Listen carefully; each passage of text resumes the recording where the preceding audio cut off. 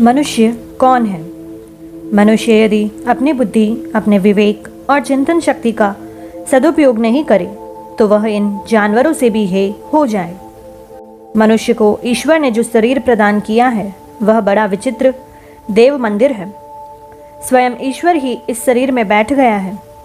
अपने हृदय में विराजमान राम की जो बात सुनता है और दूसरी बातों की उपेक्षा कर देता है, वही अपने जीवन को सफल करता है।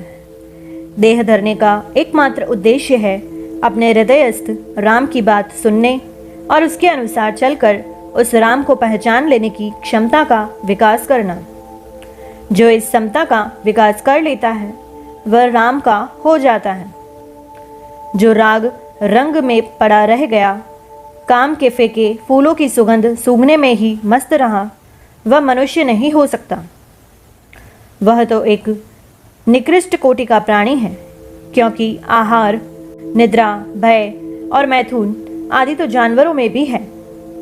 मानव जीवन खाने और सोने के लिए नहीं मिला है, यह तो साधन का द्वार है। यह पिंड ब्रह्मांड का प्रतिरूप है और इसमें व्याप्त चैतन्य सर्वव्यापक परम चैतन्य का ही अंश है। ईश्वर अंश जीव अविनाशी चेतन अमल सहज सुख राशि। जो सच्चा मनुष्य है उसे दुख सुख और हर्ष विषाद नहीं होता। वह अपने चैतन्य स्वरूप में स्थित होकर सहजानंद में निमग्न रहता है। जब मनुष्य अपने वास्तविक आनंद स्वरूप की सहजता को भूल जाता है तो उसमें विकृतियां आती हैं और मन मलिन होने लगता है। राग, द्वेष, काम, क्रोध और मद, मोह उन्हें विकृत कर भटका देते हैं। फलस्वरूप इनके बहकावे में आकर वह अपनी सहजता खो देता है और कुटिलता का बाना धारण कर असहज हो जाता है। इस स्थिति में उसमें राक्षस तत्व पैदा हो जाता है और जानवर उत्पन्न हो जाता है। मनुष्य तो प्रेम का, दया का, सेवा का, आनंद का मूर्त रूप होता है। यह शरीर अजर अमर नहीं है, इसका नाश किसी भी क्षण हो सकता है। मृत्यु ने इसे घेरे रखा है। दिन रात बीत रहे हैं और शरीर पात की अवधि निर्धारित है। कर्तव्य पूरा हो गया या अधूरा बचा है, यह देखना मृत्यु का काम नहीं है। मनुष्य की कामनाएं समाप्त हो गई या शेष है, यह देखना उसके जिम्मे नहीं है। यह तो नियत समय पर आएगी और अपना काम पूरा कर लेगी। उसके कर्तव्य पालन में कोई चूक संभव नहीं। मृत्यु का आगमन कब होगा यह जीव को नहीं मालूम, तो फिर सुस्ती और प्रमाद क्यों? आज का काम कल पर क्यों? अभी क्यों नहीं? जो लक्ष्य है, इस जीवन का ध्येय है, उसकी ओर तीर की भांति क्षिप्रगामी होना चाहिए और आबाल वृद्ध वनिता उस दिशा में चलना शुरू कर दे तो उनका कल्याण है। मनुष्य वही है जो इस परम लक्ष्य को पहचानता है और लक्ष्य की दिशा में तीव्रता से बढ़ता है, किंतु सहयात्रियों को रौंदते हुए नहीं, धकेलते हुए नहीं, वरन उनकी सहायता करते हुए, उन पर दया और प्रेम लुटाते हुए प्रत्येक प्राणी पर अपना प्रेम और करुणा लुटाना ही इस पथ का पाथेय है। मनुष्य वही है जो प्रेम करता है, परमात्मा से प्रेम करता है और परमात्मा के ही नाना रूपों को भी प्यार करता है। आसक्ति रस्सी की भांति जीव को बांधती है। केवल पुण्यात्मा ही इस बंधन को काटते हैं। जो मनुष्य मन, वाणी और शरीर से जीवों को कष्ट नहीं देते, अन्य जीव भी उसके जीवन और अर्थ की हानि नहीं करते, भीतर का यही प्रेम सारे विश्व में प्रकट हो जाता है। ऐसे प्रेमी जीव के लिए सब कुछ सुलभ होता है। ऐसा ही मनुष्य भगवत कृपा का पात्र होता है, क्योंकि प्रभु तो मंगल स्वरूप है। ऐसा मनुष्य सबके मंगल में ही अपना मंगल मानता है। अमृत और मृत्यु ये दोनों इसी शरीर में विद्यमान है। मोह से मृत्यु होती है और सत्य से अमरत्व मिलता है। अतः मृत्यु से अमरत्व की ओर की यात्रा ही जीवन है। अंधकार से प्रकाश की ओर बढ़ना ही मनुष्य का लक्ष्य है। तमसो मां ज्योतिर्गमय। जिसकी वाणी, विचार और कर्म में एक रूपता रहती है, जिसका मन सदा एकाग्र रहता है, तथा जो तप, त्याग और सत्य में सदैव तत्पर रहता है, उसके लिए कुछ भी अप्राप्य नहीं है। संसार में ज्ञान के समान कोई नेत्र नहीं है, सत्य के समान कोई तप नहीं है, राग के समान कोई दुख नहीं है और त्याग के सदृश कोई सुख नहीं है। समता, सत्य प्रियता, सदाचार, अहिंसा, सरलता तथा सब प्रकार के काम्य कर्मों से निवृत्ति और प्रभु के श्री चरणों की अनुरक्ति, इनसे बढ़कर मनुष्य के लिए और कोई ऐश्वर्य नहीं है। शरीर एक नगर है। महर्षियों ने शरीर को नगर बतलाया है। बुद्धि उसकी स्वामिनी है, मन उस बुद्धि का मंत्री है, इंद्रियां इस नगर की प्रजा है। इस नगर में रज और तम नामक दो दोष भी रहते हैं। बुद्धि, मन और इंद्रियां आदि नगर निवासी इन दो दोषों के कारण ही सुख दुख भोगते हैं। इस नगर में बिगड़े हुए मन रूपी मंत्री के साथ मिलकर बुद्धि रूपी स्वामिनी भी दूषित हो जाती है और इंद्रियां उस बिगड़े मन के डर से चंचल हो उठती हैं। दूषित बुद्धि जिस विषय को हितकर समझती है, वह विषय अनिष्ट फल देकर नष्ट हो जाता है और मन उस नष्ट वस्तु को याद करके बहुत दुखी होता है। इस प्रकार मन के दुखी होने पर बुद्धि पीड़ित होती है और बुद्धि के पीड़ित होने पर आत्मा में भी दुख होता है। कहने का तात्पर्य यह है कि यह मन ही रजोगुण के साथ मित्रता कर आत्मा को और इंद्रिय आदि समस्त नगरवासियों को दुख में डाल देता है। इसीलिए इस मन से सदा सावधान रहना चाहिए और इसे रज तम से नहीं मिलने देना चाहिए। भगवान जब अपने भक्तों पर प्रसन्न होते हैं तो उन पर कृपा करके उन्हें बुद्धि योग प्रदान करते हैं, जिसके द्वारा वे अपनी साधना में सफलता प्राप्त करते हैं। निरंतर मेरे ध्यान में लगे हुए आत्मा और प्रीतिपूर्वक भजने वाले भक्तों को मैं तत्व ज्ञान स्वरूप बुद्धि योग देता हूँ, जिससे वे मुझको ही प्राप्त होते हैं। निरंतर भगवान का स्मरण, ध्यान और प्रेम में मगन होकर उनका भजन करते रहने से भगवत कृपा से बुद्धि योग प्राप्त होता है। सत्संग, भजन, पूजन, स्वाध्याय, जप, तप, दान, तीर्थाटन आदि जितने भी सत्कर्म हैं, सब सद्बुद्धि के लिए ही है। अभिप्राय है कि बुद्धि ऐसी बन जाए कि जिसके प्रभाव से यह मानव जीवन निरर्थक न होने पावे, फिर से पशु पक्षी आदि तिर्यक योनियों में यह दुष्ट मन जीवात्मा को न ले जा सके।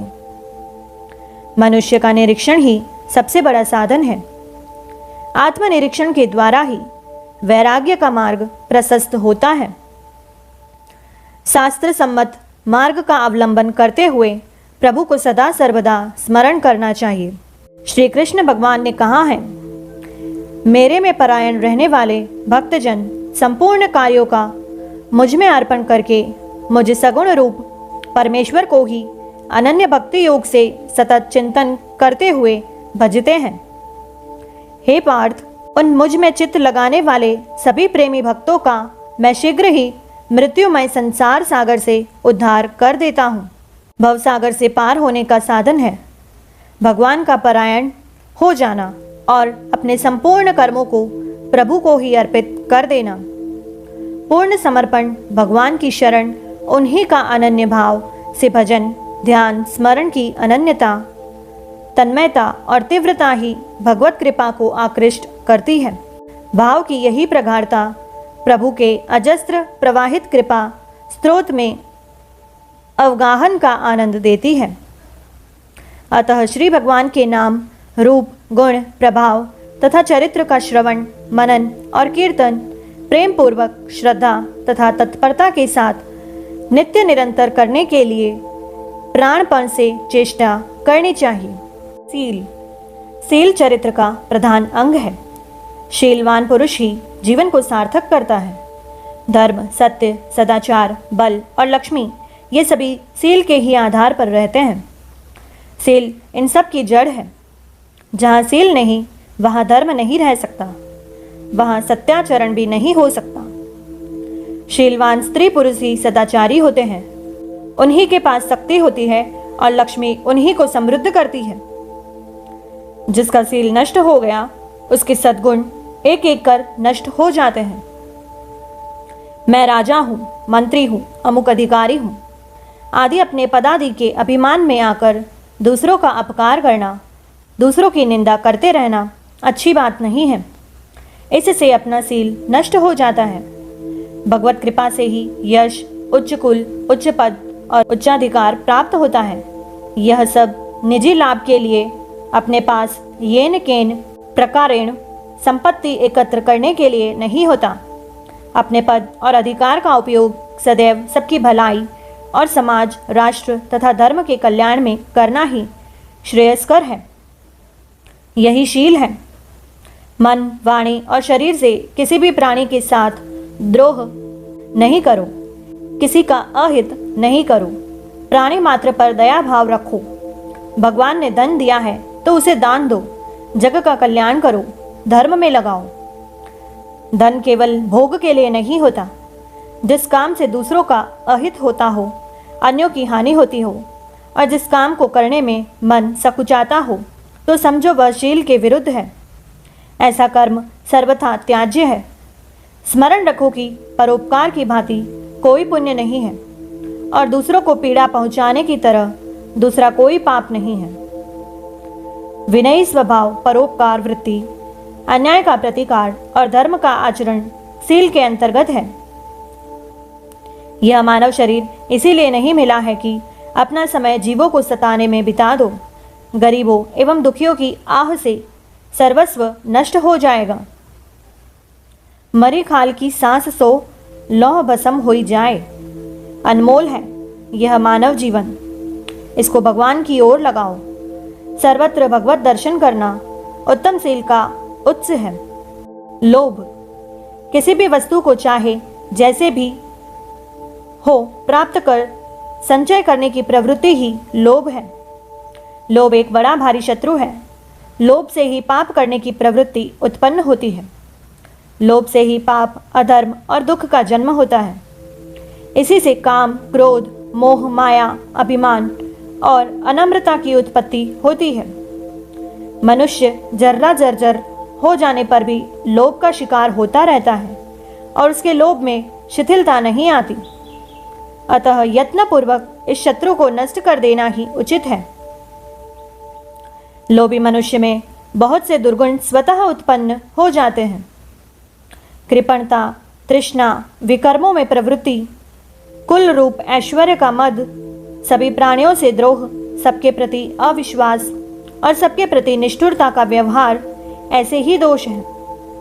पराया धन चुरा लेना, पराई बहु बेटियों का शील हरण करना, पराई निंदा में मन लगाना, इंद्रियों के वश में रहना, झूठ बोलना, दूसरों से घृणा करना आदि नाना प्रकार के दुर्गुण लोभी मनुष्यों में आ जाते हैं।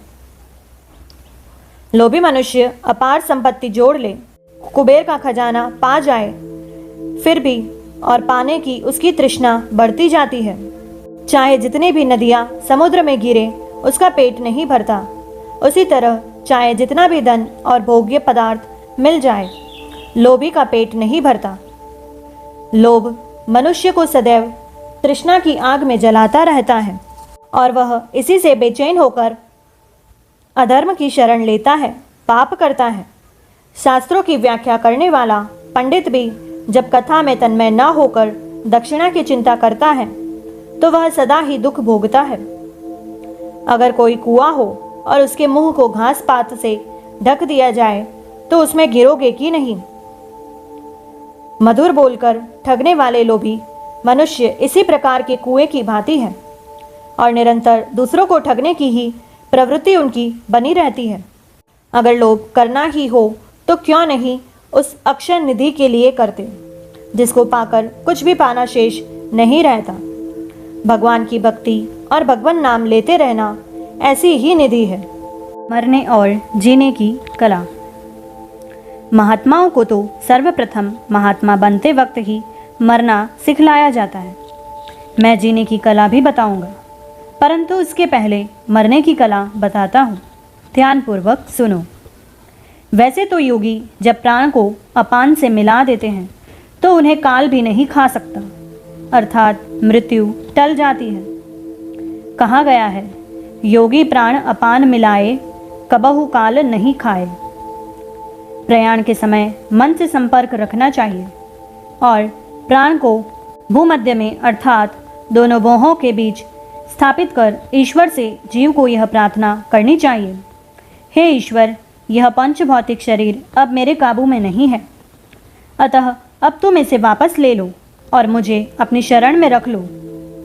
ऐसी प्रार्थना प्रभु से करते हुए उनके स्वरूप में मग्न हो जाए तो प्रेम समाधि लग जाएगी। इस प्रकार अनंत के ध्यान में जीव अनंत बन जाता है। जिस प्रकार भृंगी कीड़े के संपर्क से दूसरी जाति का कीड़ा भी भृंगी बन जाता है, और ऐसी प्रेम समाधि वाले को काल भी नहीं खा सकता। वह तो अनंत के ध्यान में अनंत बन जाता है। गीता में भी भगवान ने कहा है, वह भक्ति युक्त पुरुष अंत काल में भी योग बल से भ्रूकुटी के मध्य में प्राण को भली भांति स्थापित करके निश्चल मन से स्मरण करता हुआ उस दिव्य स्वरूप परम पुरुष परमात्मा को ही प्राप्त होता है। जो मेरी शरण में आकर जरा और मरण से छुटकारा पाने के लिए प्रयत्न करते हैं, वे उस ब्रह्म को, संपूर्ण अध्यात्म को, संपूर्ण कर्म को जानते हैं। जो पुरुष अधिभूत और अधिदैव के सहित तथा सबका आत्मस्वरूप मुझे अंतकाल में भी जानते हैं, वे युक्त चित्त वाले पुरुष मुझे जानते हैं, अर्थात मुझे ही प्राप्त हो जाते हैं। जो पुरुष अंतकाल में भी मुझको स्मरण करता हुआ शरीर त्यागता है, वह मेरे साक्षात स्वरूप को प्राप्त होता है। इसमें कुछ भी संशय नहीं है। हे पार्थ, परमेश्वर के ध्यान के अभ्यास रूपी योग से युक्त अन्यत्र नहीं जाने वाले चित्त से सतत चिंतन करता हुआ मनुष्य परम प्रकाश रूप दिव्य पुरुष को अर्थात परमेश्वर को ही प्राप्त होता है। साधु बनने में सर्वप्रथम इस प्रकार मरना सिखाया जाता है कि जिससे जीव स्वतः अनंत में मिलकर आवागमन के चक्कर से सदा के लिए मुक्त हो सके। अब रही जीने की कला की बात।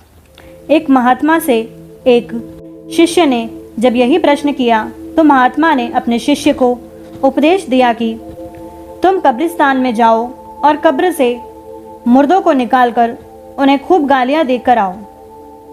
जब शिष्य वैसा ही करके और मुर्दों को खूब गालियां देकर महात्मा के पास लौटकर आया तो महात्मा ने पुनः उसे यह आदेश दिया कि तुम फिर कब्रिस्तान में जाओ और उन्हीं मुर्दों को जिन्हें तुम गालियां देकर आए हो अब फूल चढ़ाकर उनकी वंदना करके और धूप दीप वगैरह से आरती उतार कर आओ। उस शिष्य ने वैसा ही किया और फिर महात्मा के पास लौटकर आया। महात्मा ने पूछा, जिस समय तुमने उन मुर्दों को गालियां दी तब उन्होंने कुछ कहा?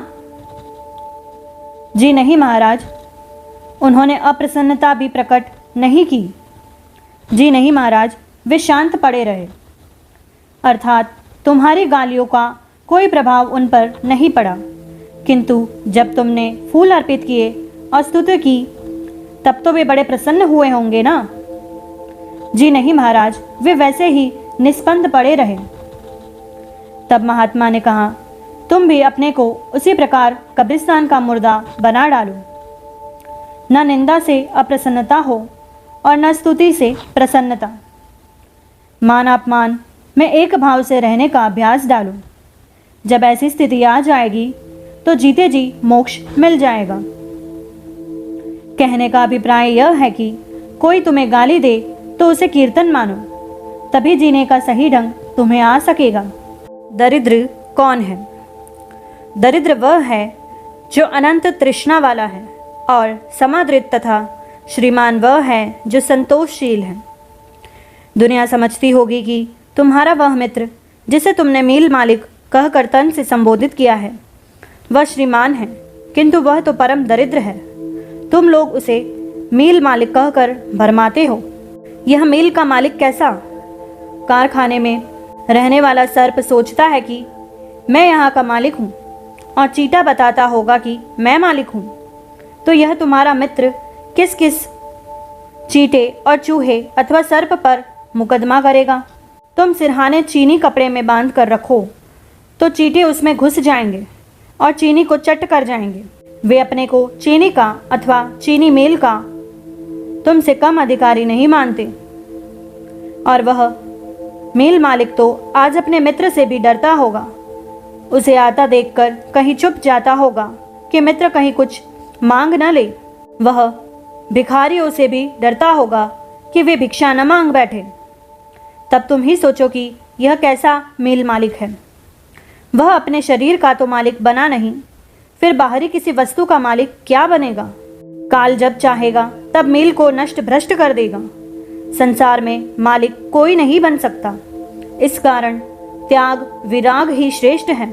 चाह सभी को खा गई, चाह सभी की पीर, चाह का फंका जो करे उसका नाम फकीर। फकीरों की दुनिया अजब निराली है। चाह सबको खा जाती है। इच्छाएं ही सबके मन की पीर हैं। इच्छा न पैदा हो तो कभी कष्ट नहीं हो, दर्द नहीं हो। जब इच्छाओं की पूर्ति नहीं होती तब दुख होता है। फकीरों को किसी भी वस्तु की चाह नहीं होती। वे इच्छाओं पर विजय प्राप्त कर लेते हैं। चाह सबको खा जाती है, किंतु फकीर चाह को भी फांक जाते हैं। चाह ही तृष्णाओं के पीछे पागल बनाकर मनुष्यों को घुमाती फिराती है। जब तक तुम इच्छाओं के दास हो, दरिद्रता तुम्हारे पास है। तुम लोग झूठे ही किसी को मालिक कहते हो। इसी से कहाँ है, झूठे भोजन, झूठ चबेना, झूठे का सब लेना देना। वह तुम्हारा मित्र कहेगा कि कोठी मेरी, और चिपकली और मकड़े कहेंगे कि कोठी मेरी। तुम सबके जीवन में यही तोड़ मोड़ का झगड़ा चलता रहता है। इस तरह लोग भ्रम के कारण झूठ को सत्य मान लेते हैं और सांप को रस्सी मान बैठते हैं। ऐसा मति भ्रम ईश्वर को भूल जाने के कारण होता है। जीव ईश्वर को अविद्या, माया और अहंकार के आच्छादन से भूल जाता है। जल में नाव का रहना अच्छा होता है, पर नाव में जल का होना अच्छा नहीं होता। यदि नाव को जल से भर दो तो नौका डूब जाएगी। तुम लोगों की शरीर नौका इस संसार में रहे तो कोई हानि नहीं, परंतु शरीर में संसार का होना अच्छा नहीं। अंतस्थल में भगवान की प्रतिष्ठा चाहिए। यदि अंतःस्थल में भगवान को रख लो तो समझो बेड़ा पार है। सुखी कौन है? सुखियों से प्रेम, दुखियों पर दया और पापियों की उपेक्षा होनी चाहिए। पापियों की उपेक्षा का अर्थ पापियों के पाप कर्म से घृणा करनी है, न कि पाप कर्ता से। पापियों की उपेक्षा इसीलिए करनी चाहिए कि पाप को प्रोत्साहन न मिले, उसका ह्रास हो। सुखियों से प्रेम करो, उनका साथ करो। ऐसा इसीलिए कहा गया है कि उनके साहचर्य से तो भी सुखी रह सकेगा। लेकिन वास्तव में सुखी तो वही रह सकता है जो परमात्मा से प्रेम करता है, परमात्मा के स्वरूप में स्थित है। परमात्मा से प्रेम करने वाला ही संत और महात्मा होता है। गलत सोचता है कि कोट पैंट वाला अथवा हवाई जहाज और मोटर से चलने वाला सुखी होता है। दैहिक, दैविक एवं भौतिक तापों से जिसने अपने को अलग कर लिया वही जग में सुखी है। इन्हीं तीन तापों से अपने को पृथक कर लेना पुरुषार्थ है। श्री कपिल मुनि प्रणीत सांख्य योग के प्रथम श्लोक में वर्णित है, ऐसा पुरुषार्थ कर लेने वाला ही संत है। संत सोई जो काया साधे। बहुत धन हो तो उससे सुख नहीं मिल सकता। धन का महत्व उसके सदुपयोग में है। धन का संचय दुख कारक है, क्योंकि उसके लिए नाना प्रकार की चिंताएं करनी पड़ती है, और जिस मानव को चिंताओं ने घेर लिया वह कभी सुखी नहीं हो सकता। अतः सुखी होने के लिए धनवान होना जरूरी नहीं, वरन वैराग्यवान होना जरूरी है। अर्थ लोलुपता दुख रूप है।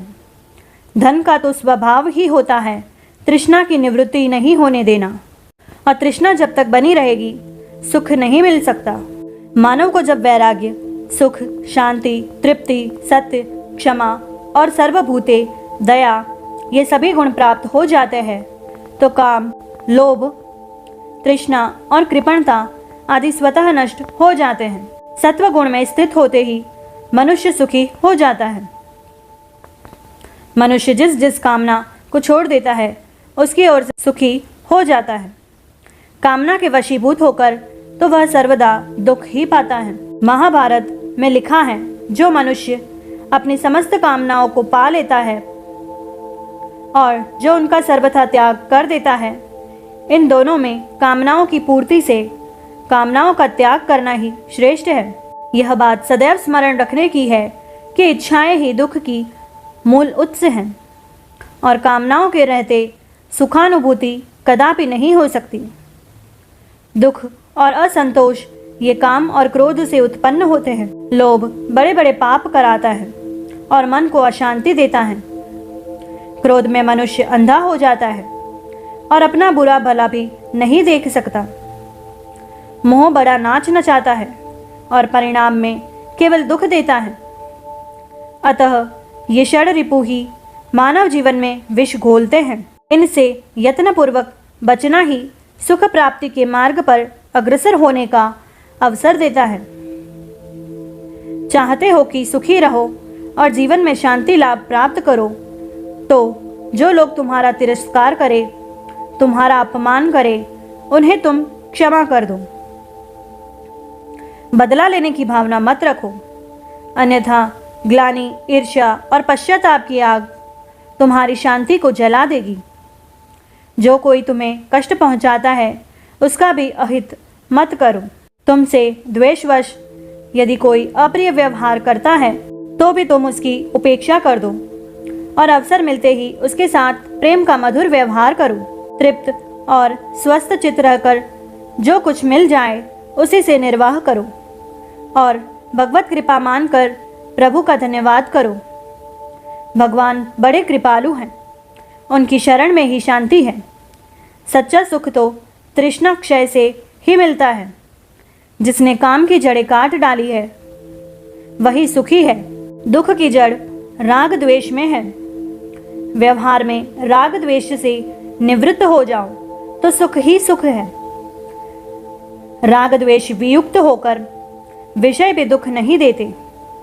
द्वेष की आग सबसे पहले तो दोषी को ही जलाती है। सद्बुद्धि और सत्कर्म से मन निर्मल होता है। जब मन सदैव प्रसन्न रहने लगेगा तो फिर दुख स्पर्श भी नहीं करेगा। भगवान ने कृपा करके तुम्हें मानव तन दिया है, अनमोल थाती दी है। इससे धर्म, अर्थ, काम, मोक्ष सब कुछ पा सकते हो। जीवन की हर सांस का सदुपयोग करो। संतुष्ट रहो तो मन शांत और प्रसन्न रहेगा। संत कौन? दैहिक, दैविक एवं भौतिक तीनों तापों से अपने को पृथक कर लेना ही पुरुषार्थ है और ऐसा पुरुषार्थ कर लेने वाला ही संत है। संत सोई जो काया साधे, तजी आलस और वाद विवादे। गहे धारणा सदगति भारी, तजे विकलता अस्तुतिकारी। क्षमावंत धीरज को धारे, पांचों वश करी मन को मारे। त्यागे झूठ साच मुख बोले, चित स्थिर इत उत नहीं डोले। तन जग में मन हरि के पासा, लोक भाग से सदा उदासा। जिसमें ये गुण नहीं वह संत नहीं।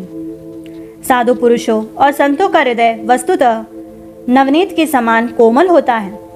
वे क्रोध भी करते हैं तो कल्याण के लिए। ईर्ष्या से दिया हुआ दंड भी बुरा है। दया से और कल्याण भावना से दिया गया दंड तो आशीर्वाद होता है। काकभुषुंडी को कौवे का शरीर लोमश ऋषि के सांप से मिला था। शगुन निर्गुण रूप को लेकर उन्होंने ऋषि से हठपूर्वक बहुत विवाद किया था और उनके कोपभाजन बने थे, किंतु लोमश ऋषि ने ही पीछे उनको राम मंत्र दिया तथा अविचल राम भक्ति में सुदृढ़ कर अविद्या से उन्हें स्थायी रूप से मुक्ति दिला दी। करुणा तो संत का स्वभाव है। प्राणियों पर दया करना संत की रहनी है। वह सेवा कार्य और प्रभु भजन सोच समझ कर नहीं करता, कार्यक्रम बनाकर नहीं करता। उसकी हर सांस प्रभु की दया ही बांटती है। उसका प्रत्येक पल सबके कल्याण के लिए होता है। जो सपने में भी किसी का अहित सोचे वह संत नहीं हो सकता। संत मान अपमान से परे, स्तुति निंदा से अनजान और व्यवहार में मन वचन कर्म की एक रूपता बरतता है। उसका न कोई शत्रु है न मित्र। वह भेदभाव नहीं करता, न हर्ष से इतराता है, न शोक में बिलबिलाता है। सुख दुख उसे नहीं व्यापते। उसकी अपनी कोई आकांक्षा नहीं होती। वह हर कार्य राम काज समझकर भगवान की प्रसन्नता के लिए करता है। उसकी काया सदी होती है, मन वश में रहता है। सत्य उसका आचरण है, प्रेम उसका व्यवहार है। जिसके पास 2 क्षण विलसते ही मन शांत हो जाए, समझो कि वह सच्चा संत है।